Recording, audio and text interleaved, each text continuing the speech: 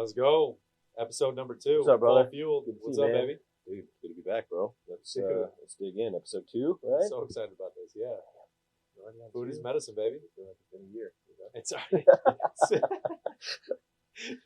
Yes, bro. It has. It's been one. Well, yeah, bro. Full year. one year of doing this. We have 2 episodes. Oh man, that would be. But yeah, we're gonna dig in, man. Food is medicine today. Something that I've kind of like based my functional medicine practice on. Is using food and supplements, obviously, which are derivatives of food, but functional foods as opposed to medicine, right? It's like that's the whole concept. Is if your body is in a state of cardiac inflammation, right? It's not because or high cholesterol. Yeah. It's not because your body's deficient in lipitor, right? It's not deficient in a statin drug. Yep. Your body something is going on functionally that is causing that inflammation, right? So how do you get to the root? Obviously, discover the root cause of it, and then how do we use food and natural things to reset that? Yeah. Right. As anti-inflammatory. For sure. Yeah. To kind of to lower that. But yeah, that's what we're gonna get into today, man. Some of the other things are like, what are functional foods, right? Which I love, and you're obviously a big proponent of that. That's what we kind of are building a business around, and Absolutely. Some of the different diets, like how do we use diets medicinally, right? People think a diet is just like starving yourself and being like uncomfortable and miserable and working out. That's not it. And a diet can be like a medicinal strategy or like a strategy to achieve some goal. Yeah, right. So whether it's weight loss, muscle gain, brain function, whatever it might be. I think that's crucial that you said that too. It's like towards a goal and knowing that that's not like a long-term sustainable thing. Like keto, not a long-term sustainable thing, right? It was never meant to be. But it can be in the short term. For sure. So if that Very goal powerful. is to get your body in a state of ketosis for a period of a month, 2 months, 3 months, right, or even a day, right? I try to get my body in ketosis every day, but knowing that's the goal, right? That's the plan, right. And then moving past that plan, once you to a more long-term sustainable source, because whole foods and a well-rounded grouping of where's your protein, where's your carbohydrates, it's not eliminating them altogether for the rest of your life, right? That's not a healthy way to go about life. But then it's incorporating sustainable kind of short-term sprints that I think are good. It's healthy. Keto diets are good and healthy, right? Atkins diets can be good and healthy, short period of time. That's right. Yeah, because again, like what's the longevity play there? Right. Like you do need carbohydrates, right? Like to be zero carb or low carb forever is going to obviously have its own kind of downsides, right? Carbs and fiber kind of feed the gut bacteria a little bit. So, yeah, man, I think also like the carnivore diet. You ever done it? I actually haven't. No. Like I did it, and it actually it works well, man. But again, it's not a lifestyle, in my opinion, right? Everyone's gonna have opinions on this, and people think what they want. In my opinion, it's an intervention that you can use to lower inflammation, right? To get away from those some of those reactions that come from like the heavy oxalates in certain vegetables and fruits and stuff like that. As well as for autoimmune disease, it works fantastic for reversing that and helping people to like respond to the way their body's attacking itself, right? Especially with the long processed foods, kind of like we talked about last episode. But yeah, man, to cut you off, but to explain a little bit more on oxalates. So oxalates are a plant's defense mechanism, right? That basically when you eat them, and you'll notice this when you eat sometimes bananas, sometimes even spinach, where you'll have like tingling in your mouth a little bit. That's essentially the plant's defense mechanism showing like, hey, don't eat. Yeah, don't eat things. I don't want to be eaten. I don't want to be eaten. But the reality is, it's still good for you. But that's at the detriment of somebody being like completely vegan or vegetarian. Right. That like their oxalate levels are friggin' through the roof because they're going. There's not a blend of both worlds, so it's not bad to eat things and oxalates. Yeah. But when you're getting to the point, so I didn't mean to cut you off. But I just wanted to explain that for the viewership. What we're here for, man. Yeah. Conversation. And I mean the vegan diet's a thing too, right? Like that was touted as super healthy for so long, and look at most people who are vegan are usually pretty miserable. They've got all kind of gut issues because they're just it's so much heavy fibers and these eating eating raw vegetables, like, kind of sucks, right? Like, that's so hard for your gut to process and digest that, man. You got to be steaming those vegetables or at least cooking them or baking them so that that tough, like, exoskeleton part of that vegetable gets broken down. Right. And your body's got to break that down. And you don't really have the enzymes for that, you know? And, too, you know, no judgment here, but we're not bashing anyone. But at the end of the day, it's like food. A portion of food is meant for dopamine too. Like, you're supposed to enjoy food. I would say at least one time a day for sure, and that is like therapeutic in nature, right? There should be like an element of gratitude towards food. That's why you sit down, you actually chew it, taste it. You know, we do that for dinner, where phones aside, family sitting down, eating dinner, talking to one another. Because food really opens up the soul. I think there's like a spirit element in that too, is that food actually speaks through people. Yeah. And really quality and good food, but the medicine of food fills up your dopamine triggers, right? So like you need to have at least one of those where you're like chewing on a piece of steak, pretty good, right? Chewing on some like hot vegetables that are really cooked really well. Yeah. You know, that's part of dopamine, where you're just enjoying the process of eating food and really like chewing those and letting those digest. So and I think that is a longevity play, right? Like having food that's healthy but enjoyable. Yeah. Which, like, just because it's healthy doesn't mean it tastes like crap. Right? Yeah. Like, if you do it properly and you like spices, right? Yeah. You can put spices on vegetables and makes it obviously enhance the flavor profile, changes the way that your body's gonna absorb it. As well as spices and herbs are the basis of like Chinese medicine, right? Yeah. Like, that has been medicine forever. Yeah. Much longer than, you know, the conventional drugs that are in this country. Like, Chinese medicine has been around forever. Ever. So that's lion's mane mushrooms, dude. That's right, man. That's the basis of it. Yeah, that's your thing, you know. It's my shtick. It's like, you know, fiber. Yeah, Dr. Lane Norton was talking about it. I was listening to him the other day. I'm actually going to a conference. You should come with me, actually.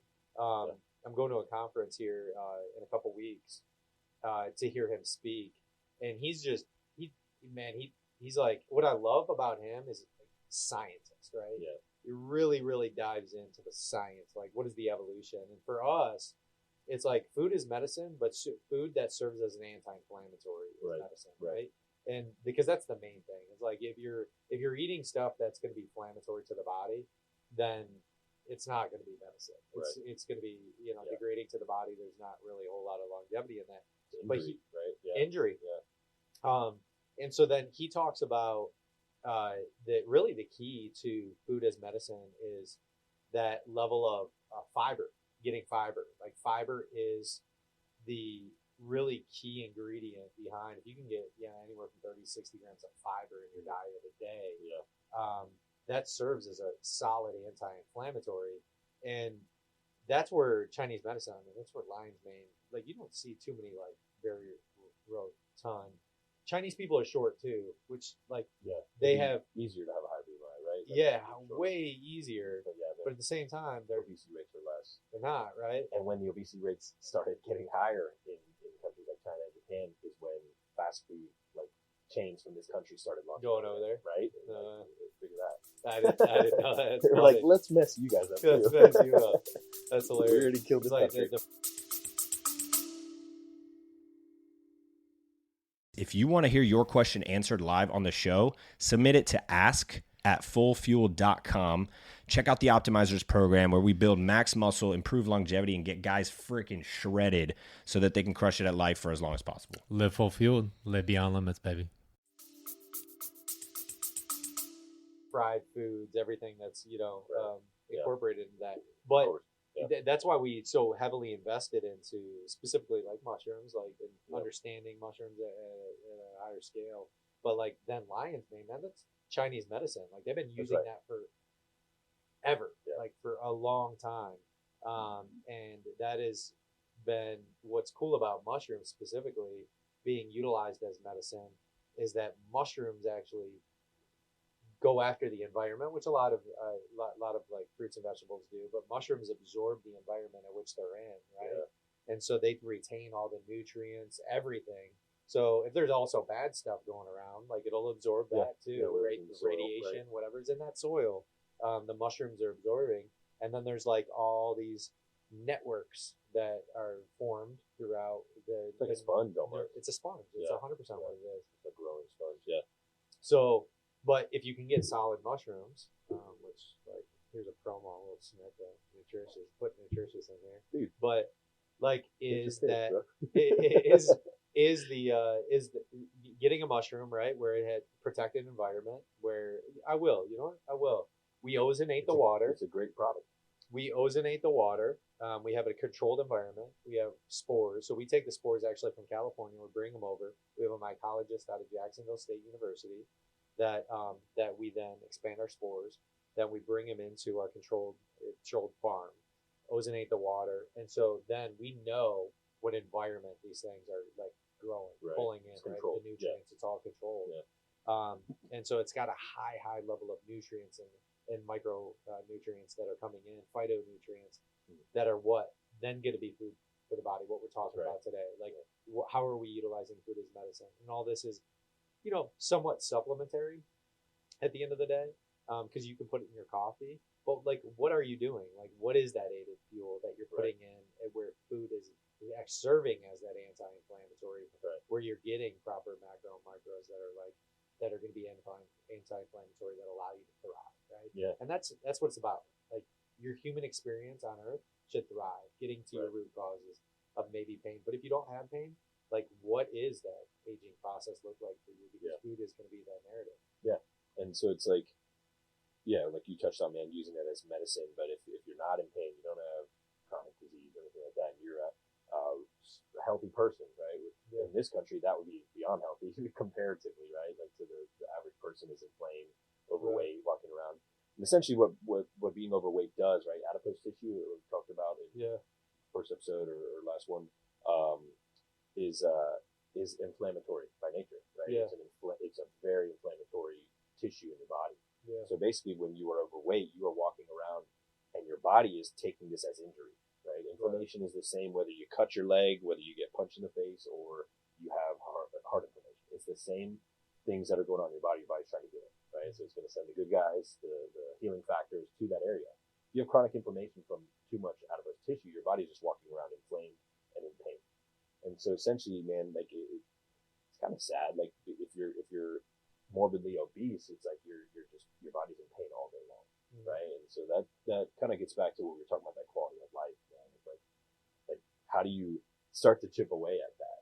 And so these interventions, like you said, man, the mushrooms can be used short term as a medicinal protocol, but they can also have a place long term in your diet, right? Doesn't mean you have to take it every single day, but a couple times a week, or as needed, right? Yeah. And I think you touched on inflammation, right? That's kind of what we're talking about. But I think one diet that can be a longevity diet is the anti-inflammatory diet, right? Or the deflame diet, right? Like, anything that's going to lower inflammation in the body will just be beneficial for longevity. Yeah. Phytonutrients, like getting your phytonutrients. That's things with obviously antioxidant levers. And avoiding the processed, avoiding the refined sugars and carbs and all that stuff. I mean, that's been that for me, it's been crazy. Like, huge difference of like not eating nearly, like, looking at how much sugar is going in your body. Yeah. And then specifically, I looked at like added sugars, right? That's the big thing for me. Right. As far as like what's being added to it. Naturally occurring sugars is okay, right? Like, a banana is going to have sugar. Naturally. Right. But like those added layers of like sugars, what are you getting in your body, man? Complete, like, joints, everything. Yeah. My body is, like, I'm in tune with my body. Yeah. It's pretty wild to even think about it. And most people don't even realize they're walking around with like brain fog all day, just kind of like operating at this suboptimal place. Like, oh, my joints just naturally hurt all the time. It's just the morning. Yeah, right. My joints just hurt in the morning. Yeah. Man, I notice that. Like, if I have, like, I don't know, I'll go out or something and have a dessert or something like that, my joints hurt the next day. I'm only 31, but like, I feel it. And it's because I'm not used to that. I'm normally eating pretty clean to the point that my body doesn't have that. So I can tell right away. Yeah. But where most people are at, unfortunately, is that's their normal. Yeah. So their pain sensors or their pain tolerance starts to rise. And so they're starting to tune out that just constant pain and inflammation. Yeah. when you put someone like that on a anti-inflammatory diet, after a month, they are like, what is this? I feel amazing, right? Like, I feel like I've never felt this way before. Even younger people, man. And it's like right? Or like, I can actually think now, you know? Like, why is my brain working? Yeah. It's because it's not being clouded, man. It's not being, it's not being bombarded by all this just information, toxicity, everything. Yeah. That's huge, man. I love that. The Dr. Mark Hyman was talking about a few things too, in terms of like food being medicine on a daily basis. And I know we're going to tap into this, but like getting into the element of flow, how like lack of food actually can be medicine too. You know what I mean? Yeah, nice. Like an overabundance of food, which we like want to just scarf our face because we're so much in the habit of like, I need to feel satiated. That's right. When like there's a beautiful thing in allowing yourself to feel hungry. That's right. Yeah. You know what I mean? Yeah. It's pretty wild to like even think about, but when I started being okay with, I don't have to go in and just like smash my face every like 20 minutes of it like a snack or something, because I used to do that all the time. Yeah. Because I created it as a habit and a cycle of a feedback loop. It was just of normal. Like just when I just got a little bit hungry, I need to take that hunger away. Yeah. But I'm like, dude, like, I don't have to eat that much. Actually, a lack thereof gives me actually more longevity. Yeah. Yeah. And almost like your brain can think clearer. Yeah. Like I've been fasting all morning and I feel fantastic. My brain is like operating, right? I'm not dying. Yeah. But yeah, that's how I used to be, especially like being an athlete in college. It was like, all right, I know in 2.5 to 3 hours I'm gonna be hungry. So it's like I was always like pre-planning like where I was gonna get my next food from. Yeah, right. It's like I would just stack my backpack and my gym bag with like bars and cereal and just stuff to have for like when that hunger started. I was like, oh god, it was like panic mode. I was like, I'm gonna be hungry now. That's okay. That's okay. To be hungry. I'm a little hungry right now. Yeah, I'm a little hungry too. It's fine, right? Like, and that's, you know, if we get into like the spiritual side of like fasting and what it was, you know, a lot of the ways it was used in like connecting, right, to the divine. It's like you give that back, man. Like you feel a little bit hungry, like thank you God for providing me with food that I can eat on a regular basis. Let this hunger be like my way of, you know, giving it up. Right? Yeah. That like always needing to be fed and just feeling full, you know. It's crazy. I did a quick like ChatGPT thing, and I was thinking about it. I'm like, oh, nutritionists could do like a challenge of like you skipped a meal, and then if you had to get through something or like break your fast, just like but still push it out a little bit further, that you could, you know, hit a nutritious fast, right? And just get 80 calories in you real quick, and it would extend that out. But you would for sure be able to skip a meal, right? Yeah. And so I was like, how many calories would that save? Every American did that. And for what's an average for meal? 1 day a month, I think it was. Calories or something? So no, the average day for each American right now is almost 4,000 calories. Yeah, that's well, which is insane. Like that is a lot of calories, right? So, and people don't realize this, but like a lot of your calories come from like 4 cups of Starbucks coffee. You know what I mean? Yep. Like you're getting 600-700 calories from all this like sugar in a coffee, and so then you're eating you don't think, oh, I'm not eating, I'm drinking. Yeah, you're drinking your calories. Right. Those still stick on you, and so it was 14 trillion calories. That like if you did that, you would You did that math? Huh? Did you do that math? I like there was no ChatGPT. Oh, okay. So I like broke it down. Way I was smarter like, than me, right? how many like if somebody gave up, it would be giving up like 14 trillion calories. I broke it down actually by meal then too. So if like somebody did like a 2,000 calorie diet, it would have been like 1.2 billion meals saved. You know how many meals that is for people that maybe potentially that eat it? I'm like, dude, that's wild. That is wild. If people took on fasting more and were just more alert with like lack of food is potentially medicine too. And I know we will dive into that in like future seasons as far as what fasting looks like. But it's absolutely food. The narrative food becomes more medicine, becomes less of an anti-inflammatory, creates more dopamine when you actually have a little bit more lack thereof. When you're going into that 1 or 2 meals a day and you like can be present with those meals, man, that's what I feel like when true food is medicine, like whole food. You're going into that with the intention of like, I'm eating. How much more do you enjoy it, right? After you go gosh. fasting on morning and you go have like a nice big like bowl or whatever it might be with some healthy lean protein and some good, carbohydrates. Grains or something, man, and you're like, it just tastes better. So right? good. Yeah. And you enjoy it more. Yeah. It's I love it. That is truly, I feel like that is food is medicine. Right. Like if you had to like picture it, that absolutely food is medicine at that point. Yeah, and the reason like most people aren't doing that is because it's not the narrative of the business model that is like this country's food system, right? We talked about last week. Yeah, it's like 2 pumps. You have to have breakfast. You have to wake up with this Pop-Tart. You have to wake up with this cereal. It's the breakfast is the most important meal of the day. That was a marketing thing. 100%. Right? Like everyone thought the doctors were saying that. No, that was a marketing play. Yeah. But yeah, we could rabbit hole on that forever, man. Yeah. Like I said, a little conspiracy theory. I was thinking of Starbucks again. Like when you get a soy latte, but you put 4 dumps of vanilla in there, caramel sugar. Ain't helping you. And that's liquid just being straight deposited into your body, right? Yeah. Your pancreas is like, I'm not even gonna touch this. I don't have enough insulin for that. That's right. Oh man. Awesome. So here we go. We're I think that's a wrap for food is medicine. You got anything else?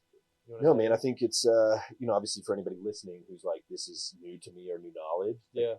Find someone you trust or that has knowledge in this space that you can work with, right? Like someone like myself is a functional medicine doctor or a functional nutritionist or any kind of life coaches, right? That have knowledge in that realm to be able to help you kind of employ some of these things. Because most people are probably going to be like, oh, let me go buy a bunch of supplements or buy a bunch of this stuff and start taking it. Yeah. Doesn't necessarily mean that's the right fit. So do some research, do some reading. I think we should link some resources too into our notes. We'll do that for sure that people can look up. Yeah, no doubt. We'll put those in there. I think so. Dr. Alessi is my doctor, my functional. I do everything proactively through him. Yeah. Something that I do as far as exercise, which again we're going to build onto, but I want to be proactive in terms of like not reactive to injuries. Right. So I try to take care of my body, get my body straightened out, do those things. So if you're in the Tampa Bay region and you need a functional wellness doctor, you need to go to Alessi, Functional Wellness. He'll take care of you like he does me. He goes above and beyond. So that's what we got for today. Appreciate it, man. And Blake, I think we got a couple questions from the audience. What are those questions? First one is, what are the effects of long-term Oh man. Yeah, I mean that's a big one. That's a lot, right? Like if you want to get into it, death, right? Like eventually it is you die, right? Like if your body's inflamed forever, it can't support that forever, right? So it's gonna look like the first like pain, brain fog, then it becomes chronic disease, right? So think of your body like a bucket, and everything that comes into it that is stressful on is filling that bucket. Yeah. Right. And eventually that bucket overflows. That's disease setting in. Right. So like, you can get away with sugar as a kid. You can get away with it to a point that bucket gets to the top, and then your body become diabetic, right? Or you become insulin resistant because there's just a threshold that our bodies can tolerate. Which, by the way, if somebody is already there, that's reversible if you know the root cause. Yeah, that's right. Like, yeah. All that stuff is done, right? Yeah, like, that's what's cool about like longevity and understanding the anti-inflammatories. When you get to that point, some doctors will tell you, "Oh, we're just gonna put you on more drugs." No, there's a way out of that. Right. You can get to the root cause. That's right. Yep. So, but disease. That's where disease comes from. So, like the more inflammatories you have in the body, you're gonna get disease. Disease eventually leads to death. That's right. So. What's the point of life, though, if you can't experience it through your thriving mechanisms? And so focusing on the anti-inflammatory where you are able to thrive, that's all these pieces built in, but food is that early fundamental base to create longevity. And, the top 4 or 5 killers in this country are all lifestyle preventable diseases: heart disease, cancer, diabetes, and autoimmune, right? Those things like. And I don't know if that's the order, probably not the right order, but who cares? Those things are all related to what we put into our body and how we live our life, right? Stress levels, all that stuff. question. Good question. And the second one is why or how is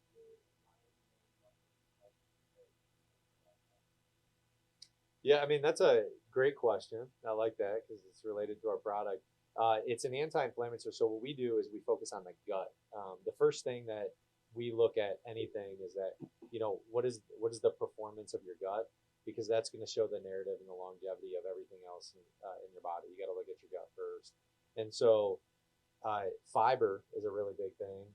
And then you have some micronutrients that you're going to be incorporating into that. But as we explained in lion's mane, there's a vagus nerve that is directly correlated from your gut to your brain. So it's that, That's right. and we'll talk about that because I think we have some of that, and we'll throw these in our show notes, but we'll drag down to that a little bit further. But the big piece in what I love about lion's mane, it has that gut-brain access point that creates an anti-inflammatory for the brain that gives you more neurological focus.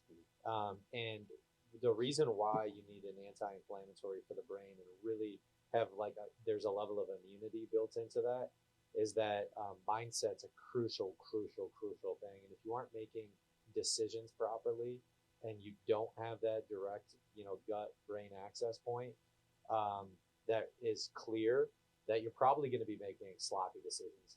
Right? Reactive, right? Very reactive life, right? That's and so that's what I love about Lion's Mane is kind of behind the nutritious brand. It definitely is behind the nutritious brand.